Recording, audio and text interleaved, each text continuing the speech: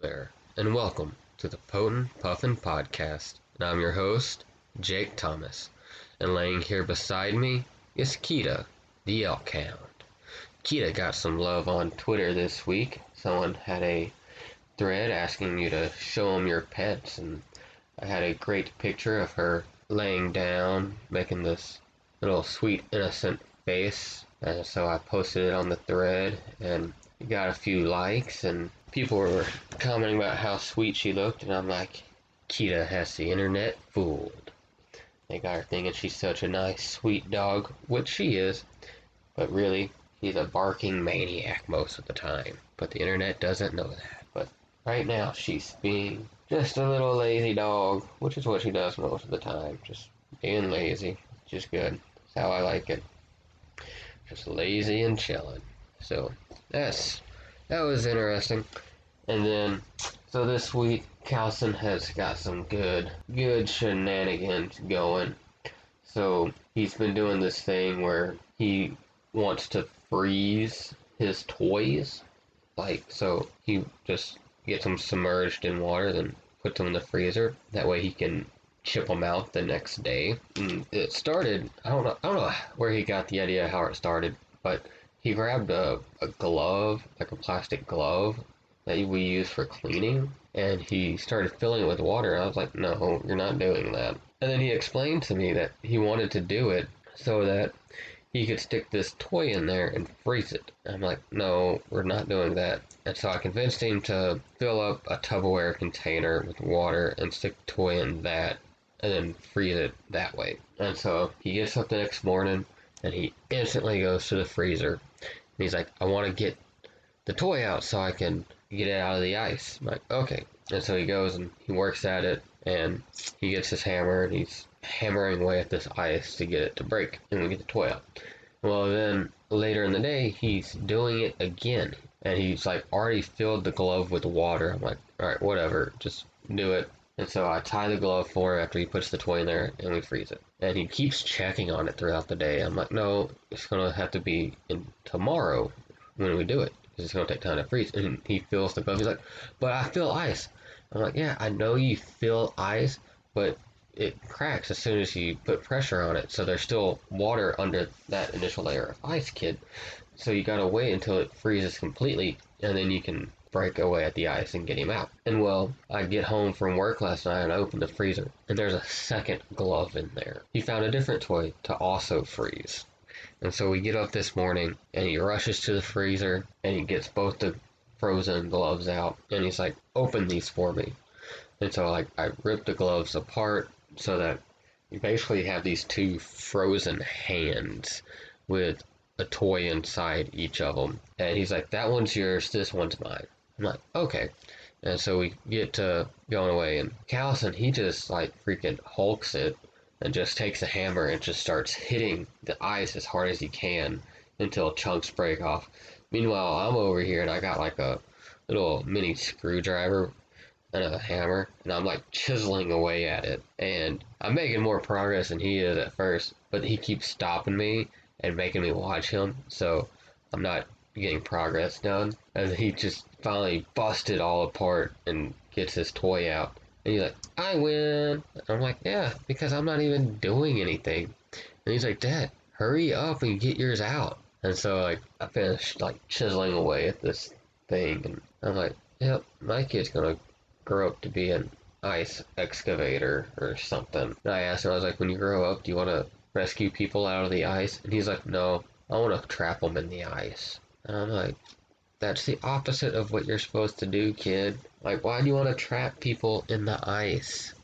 Like, that's not nice. That's not cool, dude. And so that's what he's been doing the past couple of days. I imagine he's going to try and freeze something else again tonight.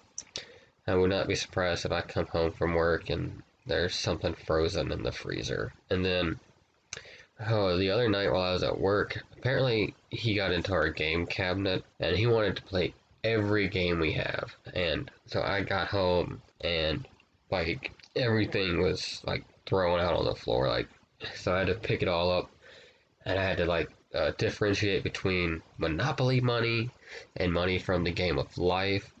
I'm like, they look exactly the same at first because you just see color, and so you're like, oh, these colors are. Then you realize, oh no, these have different designs and different denominations on them. So then you're like trying to separate them, and trying to separate like all the different parts of the different games, and like this game go to Clue or does it go to something else? And so I finally get all the games like situated, and some of them may have been better organized than before. Like I think Battle of the Sexes, I think all the cards have been mixed together before. So like the male cards and the female cards kind of like were all just mixed in with each other and not separated. I think because Kalsin scattered the game before, and I didn't feel like taking the time to do it. So that actually got fixed by this. But yeah, it's kind of funny. And then so he gets these games out because he's into this wanting to play the board games all the time right now, but he doesn't want to actually play them. He just wants to have them out.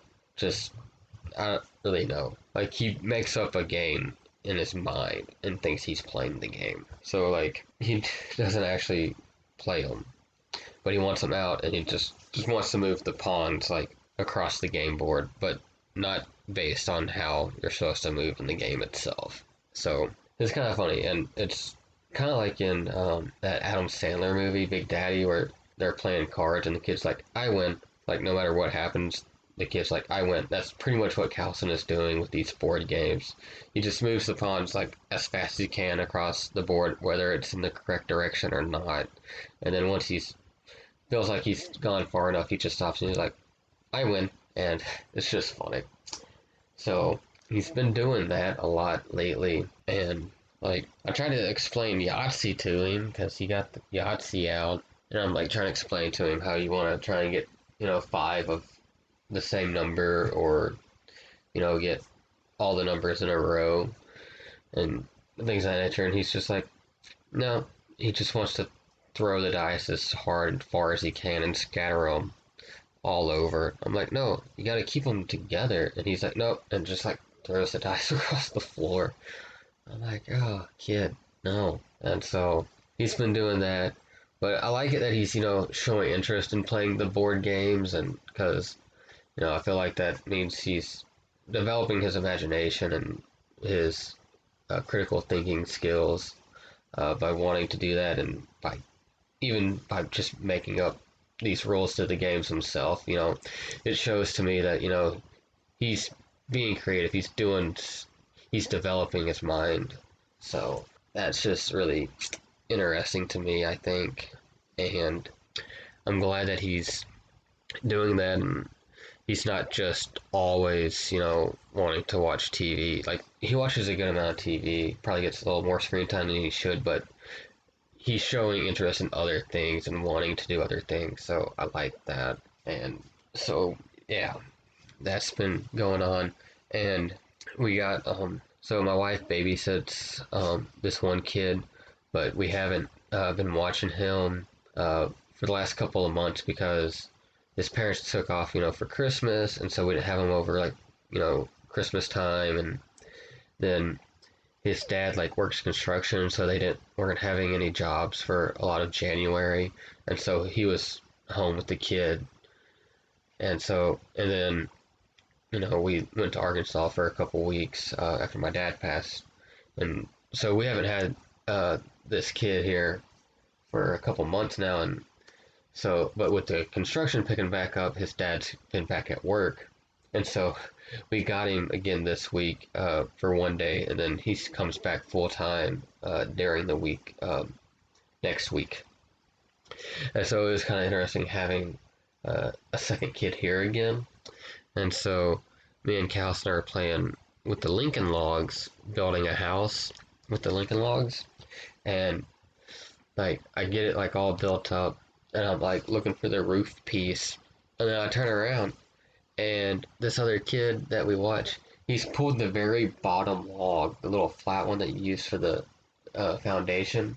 He's pulled it out, but the whole rest of the stack of Lincoln Logs is still standing.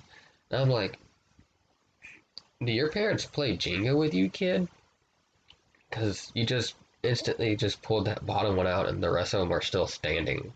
Like, your parents must play Jenga with you, and I am not a big fan of the game of Jenga.